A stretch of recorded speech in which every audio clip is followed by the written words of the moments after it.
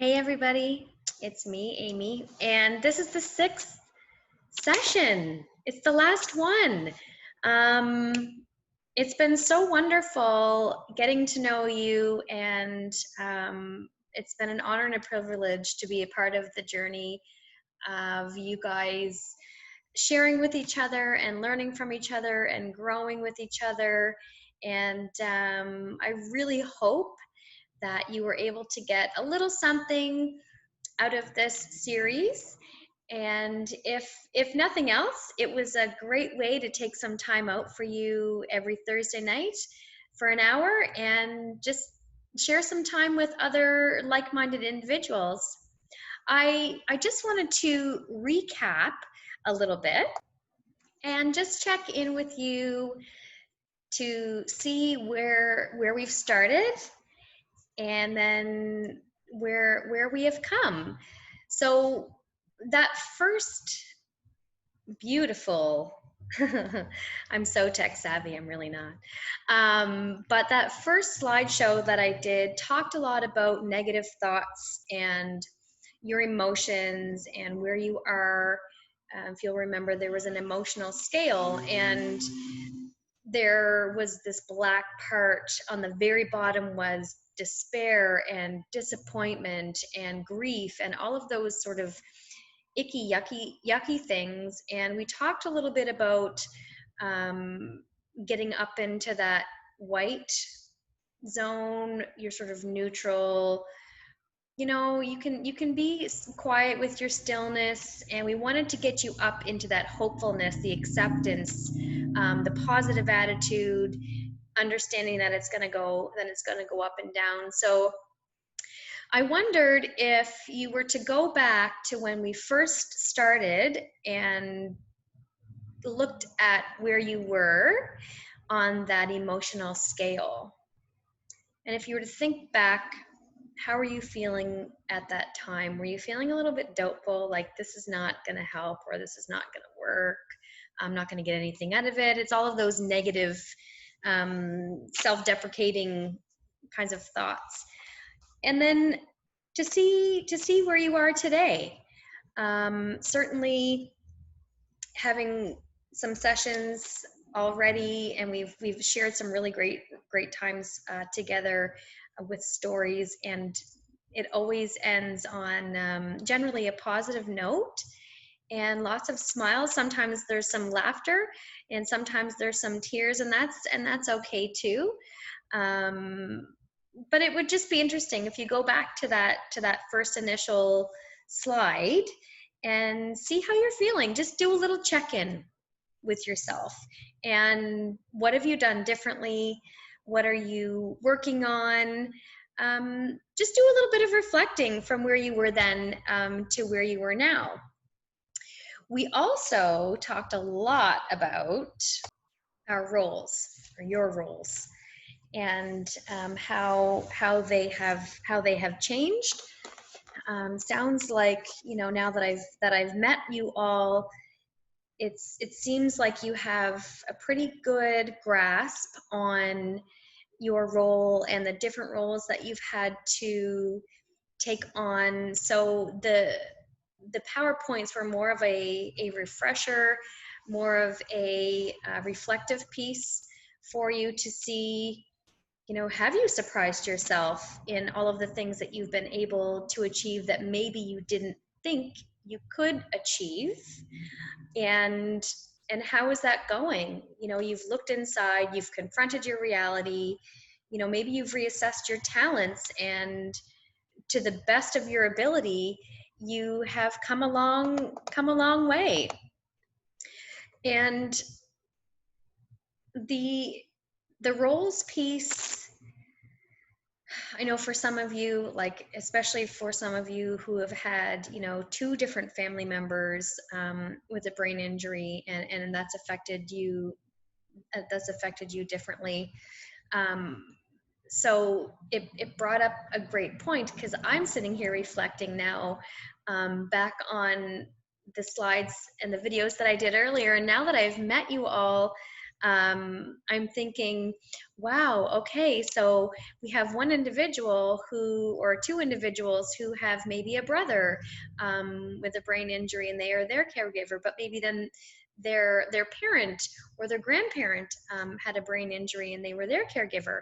So now you're looking at a very complex situation where you are maybe having to take on many different roles with respect to each loved one with the brain injury. So that was really reflective for me, just because it's not always just one way.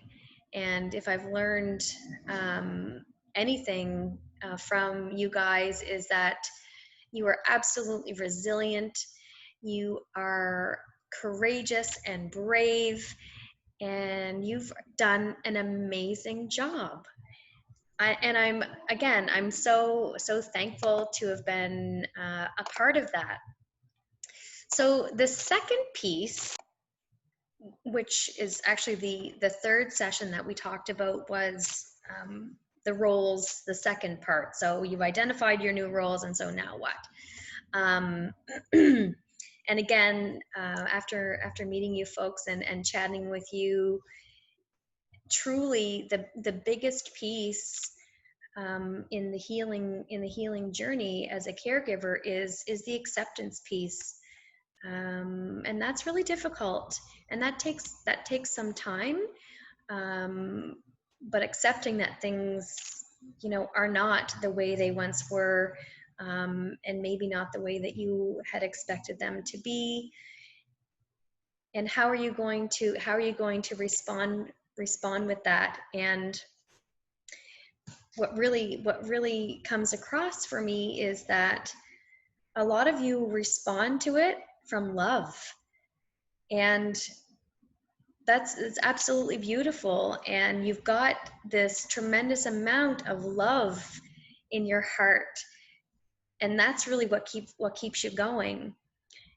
Part of my job in doing this series for you is, I already kind of know you guys are caregivers and you do have tons of love in your heart for others, and I want to make sure that you have more in the tank for you, because you deserve to love yourself too, which stems into the other session about compassion fatigue and self-care. I talk a lot about what are you doing for you, and how are you achieving some of the things that really make you happy and bring you joy. We talked a little bit about this over the course, and talked about sailing, and one of the members said that would be great, but my boat doesn't live here. So that becomes a little bit of a challenge, because if that's something that you really love to do, maybe we need to find another way to achieve that, or maybe oh, sorry everybody, hang on. Sorry, that was my phone. But maybe we need to find other ways that,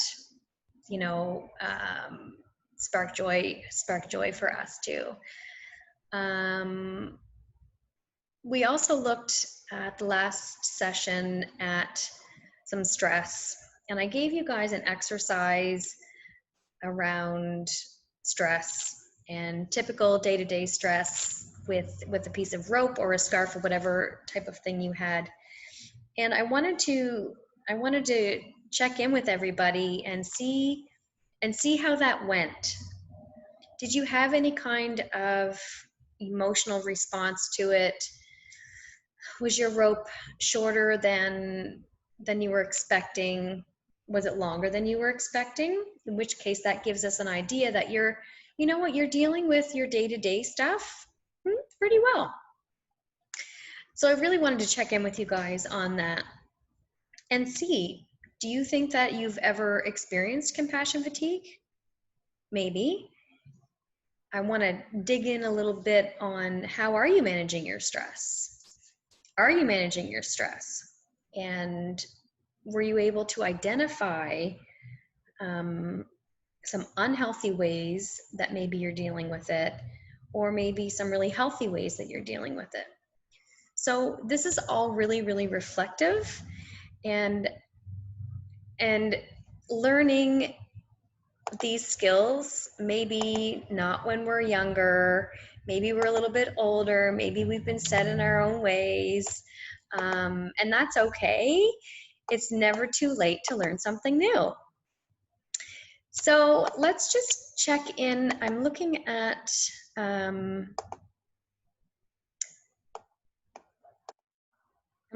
my slides here, and I have a question for everybody, and I'm wondering, now that you've had like this compassion fatigue and self-care piece, one sec. Sorry, another interruption. But I wanted to check in with you to see if you were able to identify anybody around you that maybe is having a hard time, that you are seeing maybe some visual or some physical symptoms, emotional symptoms. And now that you have an awareness of what compassion fatigue is, that then gives you the ability to recognize it in others and maybe share some strategies with them to help them. So that's pretty much the Coles Notes version of this series. And again, I want to thank you all for welcoming me into your worlds, and it's been a real gift. You've shared with me, and the least I can do is give you the gift of listening. And if you have any feedback, please just let me know, let Julie know, let Leona know. We are all actually here for you, and we want to give you a big pat on the back and tell you that you are doing a fantastic job, and good for you for stepping outside your comfort zone and coming to these sessions and watching these videos. Great job, and I'm super proud and honored again to be a part of this with you. Sending you love and light, and take care of yourself. It was really nice to meet you. Bye.